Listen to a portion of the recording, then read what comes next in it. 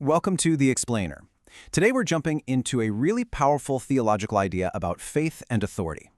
We're going to break down what it means to be deputized in a spiritual sense, and trust me, it's a perspective that could completely change how you see things. All right, to get started, I want you to get a picture in your head. Imagine a massive, fully loaded 18-wheeler, just tons of steel, roaring down the highway, and stepping out in front of it, a single police officer. That's it. Now, the officer doesn't try to physically block the truck. That would be insane. There's no big dramatic scene. They just calmly raise one hand. A simple, quiet gesture. And what happens? That massive truck, with all its momentum, just grinds to a halt. It obeys. The officer's physical strength was never part of the equation. Something else, something way more powerful, was at play here. So that really begs the question that's at the absolute heart of what we're talking about today. Where does that power actually come from? It's obviously not muscle. So what is it? Well, the officer's power isn't their own, right? It's delegated. It comes from the law of the land. And the source material we're digging into today argues that this exact same principle is at work in a spiritual context. So the whole argument is built on what the source calls a legal basis. And that legal foundation is a core Christian idea known as the Atonement. The thinking here is that this is the law that backs up the authority of the believer. The case starts by taking us way back to this prophecy from Isaiah. The source suggests that this verse right here establishes a fundamental link, that the cross was always meant to deal with both sin and sickness. Then you fast forward a few hundred years to the New Testament. The gospel writer Matthew is watching Jesus perform these incredible physical healings, and he connects them directly back to that very prophecy from Isaiah. He's basically saying, see, this is what he was talking about. And then, to really hammer the point home, the Apostle Peter, writing years later, looks back on it all and talks about this healing in the past tense. Notice that. You have been healed. It's framed as a done deal, a finished transaction, a legal fact that's already on the books. And this, right here, is the game-changing shift in perspective. According to this framework, prayer for healing isn't about trying to convince God to do something. It's about enforcing a victory that was legally won 2,000 years ago. It's a totally different posture. Okay, so if the atonement is the law, that leads to the next big question, right?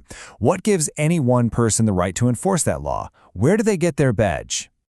The source uses this very specific, and I think perfect word for it, deputized. Think about it. A deputy doesn't act in their own power. They're given the legal right to act on behalf of a higher authority, just like our police officer stopping the truck. And this verse from the Gospel of Luke, this is presented as the scriptural badge of authority. It's a direct quote. It's the moment the power is officially delegated and handed over. And just like that officer's badge, this authority isn't something you generate yourself. It's given to you. It's what allows a person to act in the name of Jesus, and that phrase is presented as the absolute key to how this whole thing works. You know, the source uses another great legal analogy here. It compares using the name of Jesus to having a power of attorney. If you have that document, you're not acting as yourself anymore. You are legally, for all intents and purposes, acting as the person who gave it to you. So the argument is, sickness has to submit, not to you, but to the authority of the name that you represent. So we've got the law, that's the atonement, and we've got the badge, that's the authority in the name. But the source argues there's one more absolutely essential piece. It's like having a loaded gun. Nothing actually happens until someone pulls the trigger. This just lays it out so clearly. Authority is the potential. It's the legal right just sitting there. It's the loaded gun. But faith is the action. It's what enforces the right. It's what pulls the trigger and makes it all happen. So what does this faith actually look like?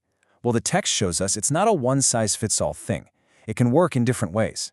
For the woman with the issue of blood, it was her own faith that made the connection. For the Roman centurion, it was his incredible understanding of how authority works. And for the paralyzed man, believe it or not, it was the faith of his friends who lowered him through the roof. The big point here is that in every case, faith is the connector. It's like the live wire that takes the power of that ancient victory, the atonement, and plugs it directly into a situation right here, right now, to get a real result. All right, this brings us to the final and maybe the most challenging takeaway from this whole framework. This is where it moves from just being an interesting idea to a practical reality. The source holds up this quote from the book of Acts as the ultimate expression of this idea. It's a declaration from someone who truly gets the authority they're carrying. It's not a prayer, it's not a wish, it's a statement of fact. Such as I have, I give to you. And, that's really the bottom line, isn't it? This deputized authority is basically useless unless the person who has it knows they have it and is actually willing to use it. An officer who doesn't realize they have the power to stop traffic is just a person standing on the side of the road in a uniform. So, to wrap this all up, this theological framework doesn't ask if the power is real or if it's available. It starts with the premise that the law has been written and the badge has been issued.